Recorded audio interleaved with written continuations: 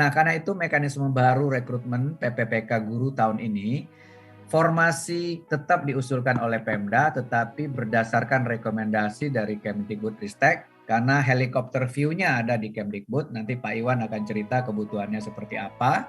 Kemudian berdasarkan itu kami akan berkonsultasi dengan Kementerian Keuangan untuk menetapkan kebutuhannya. Dan begitu kebutuhannya ditetapkan, kita akan melakukan seleksi tidak seperti kemarin, tetapi berdasarkan prioritas.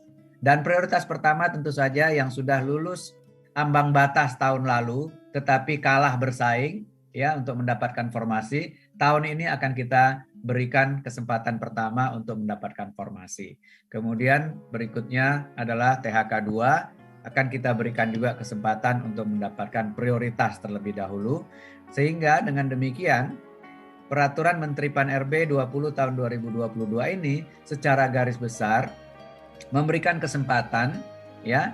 Kalau dulu kesempatannya diberikan kepada THK 2, non-ASN dan lain-lain, tetapi proses seleksinya itu tidak berdasarkan prioritas yang bisa mengafirmasi lebih banyak kawan-kawan THK 2. Jadi tahun ini yang tahun lalu sudah lulus ambang batas itu kita berikan prioritas untuk mendapatkan formasi. Kemudian THK 2 kita berikan prioritas untuk mendapatkan formasi.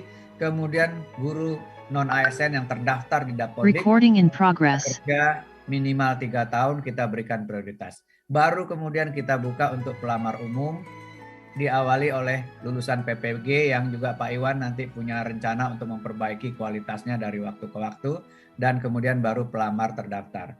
Nah, saya kira ini arahnya. Pertama kita ingin bukan hanya memenuhi kuantitas yang memang shortage saat ini, kita ingin kualitasnya juga tidak secara nasional turun karena passing grade-nya kita turunkan secara nasional, tetapi kita coba memilah-milah yang prioritas untuk diangkat karena memang sudah bekerja, sudah lulus passing grade dan lain-lain. Ini kita berikan afirmasi untuk mendapatkan formasi terlebih dahulu.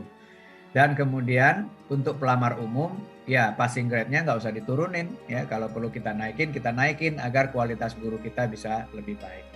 Saya kira itu sedikit pengantar saya. Nanti detailnya akan diceritakan oleh Pak Aba dan Pak Iwan. Dan nanti kita tentu akan juga mendapat dukungan dari Kemdagri dan Kemenku untuk memberikan confidence kepada teman-teman di daerah dalam mengusulkan formasi agar kita betul-betul bisa menyelesaikan tadi kuantitas guru kita yang memang kurang, kualitasnya perlu kita perbaiki, sebarannya di daerah-daerah 3T khususnya itu perlu kita perhatikan, dan kalau bisa ini juga membantu menyelesaikan masalah honorer yang sudah cukup lama berlarut-larut yang deadline-nya ditetapkan by regulation sampai dengan November 2023. Saya kira itu sebagai pengantar saya. Terima kasih. Mohon maaf jika ada yang keliru dan jika ada hal-hal yang kurang pada tempatnya. Selamat berdiskusi. Mudah-mudahan nanti Pak Aba juga akan menyiapkan helpdesk sehingga kawan-kawan bisa bertanya setiap saat terkait dengan masalah-masalah rekrutmen 2022 ini. Terima kasih, saya kembalikan. Billahi taufik wa hidayah. Wassalamualaikum warahmatullahi wabarakatuh.